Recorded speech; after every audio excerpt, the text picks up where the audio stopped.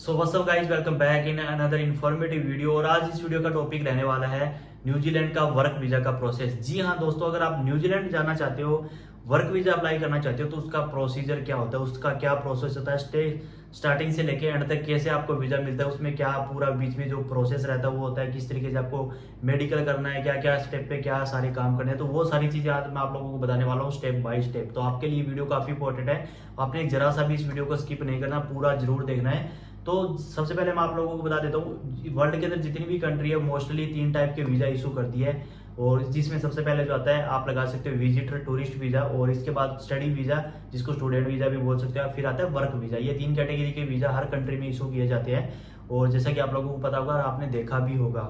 तो आज हम बात करने वाले हैं न्यूजीलैंड के वर्क वीजा के बारे में, कि जो न्यूजीलैंड का वर्क वीजा होता है उसका क्या प्रोसीजर होता है। और बाकी इसके अलावा जो स्टूडेंट वीजा है या फिर जो टूरिस्ट वीजा है, उसका अगर आप बोलोगे तो मैं एक सेपरेट वीडियो बना के उसमें फुल डिटेल इन्फॉर्मेशन आप लोगों को देने वाला हूँ। तो आज की इस वीडियो में अपन बात करेंगे वर्क वीजा के बारे में। तो वर्क वीजा में काफी सारी कैटेगरी आती है, जिससे सीजनल भी आते हैं, जैसे रिकवरी वीजा हुआ था अभी न्यूजीलैंड के अंदर, इसमें एक एक्रीडेटेड एम्प्लॉयर वर्क वीजा है जो कि 3 साल का भी है, 2 साल का भी है। अभी वो अगले नवंबर से लेके और वो वीजा 5 साल का होने वाला है। अभी वो इतने टाइम का मिला था 2 साल 3 साल का, भी वो 5 साल का हो जाएगा। तो ज्यादा टाइम वेस्ट नहीं करता हूँ, सबसे पहले आप लोगों को इन्फॉर्मेशन देता हूँ कि किस तरीके से स्टार्टिंग से प्रोसेस होता है। तो प्रोसेस करने के हमारे पास स्टार्टिंग के अंदर 2 रास्ते होते हैं। एक तो होता है कि आप एजेंट के थ्रू जा रहे हो, तो उसमें आपको कोई हेडेक लेने की जरूरत नहीं है, सारा कुछ जो काम है वो आपका एजेंट करता है। तो प्रोसेस वही भी सेम होता है। अगर एक दूसरा तरीका होता है खुद से कैसे करना। खुद से करने के लिए आपको सबसे पहले चाहिए होता है सीवी और कवर लेटर, जो कि न्यूजीलैंड फॉर्मेट के अंदर होना चाहिए। आपको नहीं पता है किस तरीके से होता है तो आप मेरे से बनवा सकते हो इंस्टाग्राम पे कॉन्टेक्ट करके, तो मैं आपको एक बेहतरीन सीवी कवर लेटर बना के दूंगा जो कि न्यूजीलैंड के अंदर वैलिड होगा। तो वो बनाने के बाद फिर आपको बहुत सारी साइट्स है, जैसे सिंक है, इंडीड है, लिंक्डइन है, इस तरीके से बहुत सारी साइट्स है जहाँ पे जाके आप जॉब अप्लाई कर सकते हो। अगर आप एजेंट के थ्रू नहीं जा रहे हो तो मैं दूसरा ये प्रोसीजर बताता हूँ। बाकी दोनों में प्रोसेस सेम होता है, एजेंट भी इसी तरीके से करता है। अगर आप खुद से किया है और जॉब सिलेक्ट हो गई तो इसी तरीके से होता है। तो सपोज करो आपने यहाँ पे अप्लाई किया इन साइट्स पे, और दूसरी तरफ आपके यहाँ पे एजेंट है और आपने एजेंट के थ्रू किया, तो यहाँ पे भी आपका जॉब सिलेक्शन हो गया और यहाँ पे भी आपका सिलेक्शन हो गया एजेंट के थ्रू भी। तो जहाँ पे ये आपका होगा तो वो आपकी फाइल वगैरह चेक करेंगे, फिर आपको इशू करेंगे जॉब ऑफर लेटर। तो सेम प्रोसीजर इधर से होता है, वही आपको जॉब ऑफर लेटर करते हैं। फिर वो कंपनी एम्प्लॉयर के ऊपर डिपेंड करता है कि वो आपका इंटरव्यू लेना चाहते हैं कि नहीं लेना चाहते हैं। अगर लेना चाहेंगे तो फिर वो आपको बोलेंगे कि भी इस टाइम इतने बजे हम इस चीज पे आपका इंटरव्यू लेंगे। वो सेम कंडीशन दोनों के अंदर अप्लाई होती है। अगर एजेंट के थ्रू कर रहे हो तब भी ले सकते हैं, खुद कर रहे हो तब भी ले सकते हैं। अप्लाई करोगे, इंटरव्यू होगा तो इंटरव्यू आपको देना पड़ेगा, और उसके बाद आपको ऑफर लेटर आ जाएगा। ऑफर लेटर में आपकी सारी चीजें मेंशन रहती है, आपका डिटेल रहता है सबसे पहले, फिर आपकी कहाँ आपने काम करना है, कितने घंटे काम करना है, आपका मिनिमम वेज क्या होगा, और आपको इसके साथ क्या बेनिफिट मिलेंगे, जैसे आपको अकोमोडेशन मिलेगा, रहना खाना पीना मिलेगा कि नहीं मिलेगा, ये सारी चीजें उसमें मेंशन होती है। और जो भी रूल रेगुलेशन टर्म कंडीशन होते हैं सारा कुछ उसके अंदर मेंशन होता है। तो एक चीज मैं आपको बोलूंगा, जब कभी भी कहीं भी किसी भी कंट्री में वर्क परमिट अप्लाई कर रहे हो, चाहे स्टडी वीजा अप्लाई कर रहे हो, अपना जो ऑफर लेटर है, जॉब ऑफर लेटर है या फिर आपका स्टडी ऑफर लेटर है, उसको अच्छे से रीड आउट करो, पहले अच्छे से देखो उसमें क्या टर्म कंडीशन है और क्या काम मेरे को करना है नहीं करना, वो सारी चीजें उसमें देखो ताकि आगे जाके आपको कोई दिक्कत ना आए।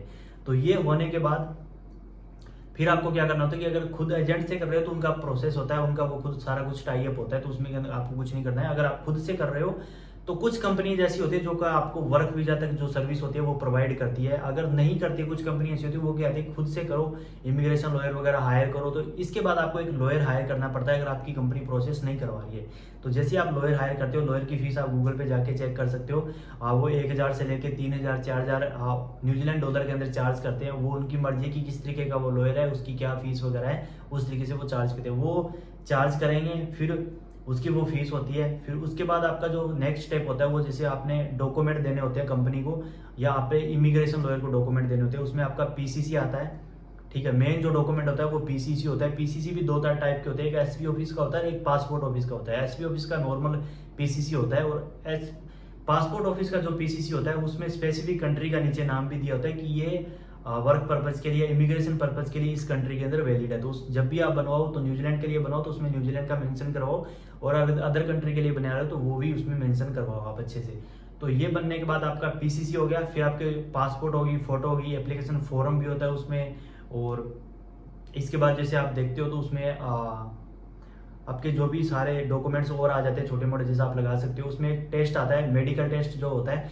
मेडिकल टेस्ट किस तरीके से करना है, अगर आप न्यूजीलैंड इमिग्रेशन की साइट पे जाओगे, वहाँ पे accredited employer work visa select करोगे तो वहाँ पे ऑप्शन आता है मेडिकल के लिए कि आपको मेडिकल कहाँ से करवाना है। वहाँ पे कुछ स्पेसिफिक उनके ये हॉस्पिटल वगैरह है, वहाँ से आप करवा सकते हो। जैसे आप गूगल पे जाके चेक करोगे तो आपको दिल्ली करवाना है, चंडीगढ़ करवाना है, तो वहाँ पे हॉस्पिटल का नाम वगैरह सारा कुछ दिखा देगा, वहाँ जाके करवा सकते हो। इसकी फीस की बात करूँ तो वो आप 5 से 10 हज़ार रुपये के बीच में लगा सकते हो। बाकी सिटी पे हॉस्पिटल पे डिपेंड करता है कि किस तरीके से क्या होता है। तो जब भी आपका मेडिकल होने के बाद तो वो मेडिकल रिपोर्ट होती है, वो उनका डायरेक्ट टाई अप होता है उनके साथ में, तो इमिग्रेशन को भी भेजते हैं वो और आपको भी दे देते हैं उसका एक कॉपी वगैरह कि आपकी रिपोर्ट क्या आई है, उसके अंदर क्या नेगेटिव है क्या पॉजिटिव है, सारा कुछ उसमें बता देते हैं। ये सारा क्लियर होने के बाद जो भी आपके इमिग्रेशन लॉयर होता है फिर वो आपके डॉक्यूमेंट डालता है इमिग्रेशन को। इमिग्रेशन क्या है, जो कि न्यूजीलैंड का मेन इमिग्रेशन है, जहाँ पे सारे वीज़ा अप्लाई होते हैं, जहाँ पे सारे डॉक्यूमेंट चेक होते हैं, वहाँ पे डिसाइड होता है कि आपको वीज़ा देना है कि नहीं देना। तो उसकी जो कॉस्ट आती है एक्रीडेटेड एम्प्लॉयर वर्क वीजा, इसकी जो कॉस्ट है वो है $750 न्यूजीलैंड डॉलर, जो कि इंडियन करेंसी में आप लगा सकते हो। अभी 50 के अराउंड रेट चल रहा है, तो आप 45,000 पकड़ के चल सकते हो। लगभग यही रहता है वर्क वीजा की कॉस्ट, यही है। रिकवरी वीजा की भी यही थी, इतनी है। और सीजनल कर रहे हो तो भी इतना ही होता है, बाकी थोड़ा बहुत ऊपर नीचे हो सकता है, वो आप न्यूजीलैंड इमिग्रेशन की साइट पे जाके चेक कर सकते हो। नहीं तो आप अगर इंस्टाग्राम पे मेरे से कांटेक्ट करोगे तो मैं आपको बता दूंगा उसके बारे में। तो ये सारे करने के बाद आपका इमिग्रेशन लॉयर सारे डॉक्यूमेंट वहाँ पे लगाता है इमिग्रेशन न्यूजीलैंड इमिग्रेशन के अंदर। उसके बाद आगे का प्रोसेस उनके पास में होता है कि वो कितना टाइम लेते हो, फिर वो आपकी फाइल को फुल्ली चेक करते हैं भी आपने जो डॉक्यूमेंट दिया वो सारे सही है। जो वहाँ पे कंपनी में आप काम करने जा रहे हो वो कंपनी वहाँ पे लीगल है, वैलिड है, वहाँ पे है कि नहीं है, और क्या किस तरीके से सारा कुछ वेरीफाई होता है। वेरीफाई होने के बाद फिर वो अपना टाइम लेते हैं कि इसको वीज़ा ग्रांट करना है या नहीं करना। करना है तो आपको वीज़ा दे देंगे, नहीं करना है तो आपको वीज़ा रिजेक्ट कर देंगे। तो ये सिंपल सा सीन होता है, ज़्यादा ऐसा कुछ भी नहीं होता है। और सपोज करो जैसे आप कोई कंपनी में जा रहे हो तो स्टार्टिंग में जैसे आपका जॉब ऑफर लेटर आता है ना, तो वो जॉब ऑफर लेटर भेजते हैं, फिर आप पूरा जॉब लेटर पढ़ के फिर आपको उस पर सिग्नेचर वगैरह करके कंपनी को वापस भेजना होता है। और उसमें ये चीजें आप मेंशन करते हो कि जो भी आपने टर्म कंडीशन बताई है, जो मेरी सैलरी बताई है, जो मेरे को पैकेज बेनिफिट दिया है, सारा मैं उससे एग्री करता हूँ और मेरे को ये जॉब चाहिए, तो वो आपको रिवर्ट भेजते हैं। फिर उसके बाद वो कंफर्म जॉब ऑफर लेटर आपको आता है, फिर इसके बाद सारे डॉक्यूमेंट वगैरह आपके इस तरीके से डलते हैं। तो यही बेसिक सा प्रोसीजर होता है इस वीजा का।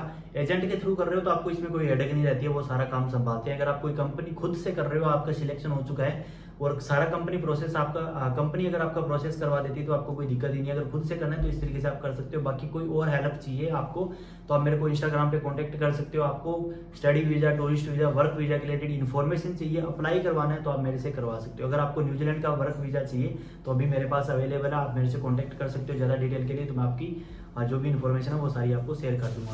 सो ये थी आज की इन्फॉर्मेशन वीडियो की न्यूजीलैंड का वर्क वीजा का प्रोसेस क्या होता है starting to end, step by step. अगर आपको भी अप्लाई करना तो आप इस तरीके से कर सकते हो, नहीं तो किसी एजेंट की सहायता ले सकते हो, किसी और की भी ले सकते हो। सो मिलते हैं नेक्स्ट वीडियो में। Till then take care, goodbye, जय हिंद।